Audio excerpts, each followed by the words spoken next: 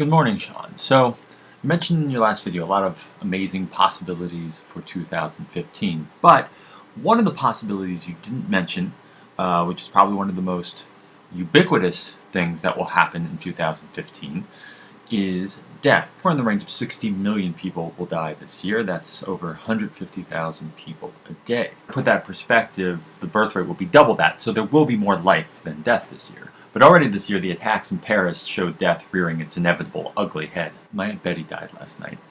Now, we weren't particularly close.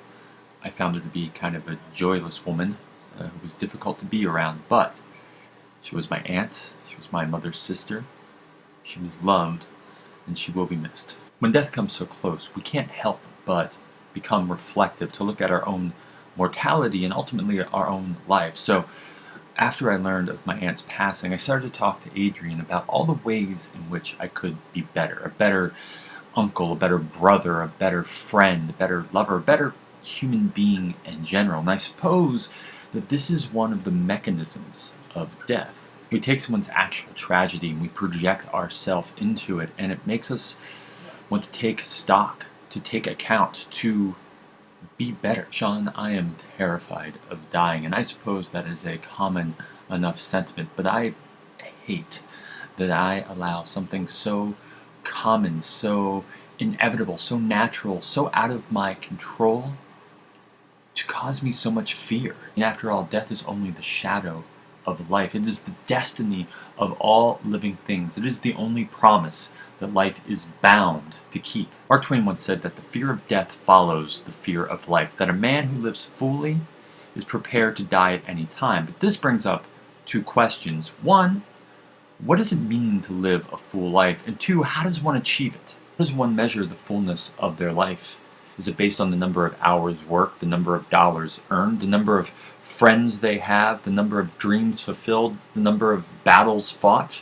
I mean, it's a very fraught and difficult calculus, but I imagine it must equate to something akin to happiness or satisfaction, that the inputs for the variables of such equations must be different for everybody, must be of our own making. This, of course, brings us to the question of how we live a full life, because it is the choices that we make in our lives, the things that give our lives meaning, the things that fulfill us. These are the inputs for the variables that complete the equation of our happiness. That makes sense? This seems especially difficult when we live in a world that seems set on limiting those choices to things that seem utilitarian and possibly profitable. In part, this is what Emerson meant when he said society everywhere is in conspiracy against every one of its members. So the question becomes, how do we excavate our essential selves, our true desires and wants, from the artifice that society has built out of materialism and mean egotism? Here's where I think the fear of death can be a positive tool. See, I fear death for two reasons. All that I will lose, friends, family, Adrian, and for all that I won't accomplish. But ironically, it is the plethora of earthbound fears that keep me from achieving those accomplishments. Fears of being judged, or regret, or failure. Let our fear of death dwarf those other fears. Let it remind us that somewhere a clock ticks, that though our scope for dreaming may be infinite, our time is not, and that we should not waste it. Aunt Betty died last night, and I can only hope that she had found some measure of happiness in her life. Her death will be a reminder to me of not just the importance of living, but the importance of how we live. So my resolution? To spend my life solving the equation of my own happiness. So Sean and everybody watching, I'm sorry if this was a bit of a downer, a bit morbid, but I promise next week will be a bit more upbeat.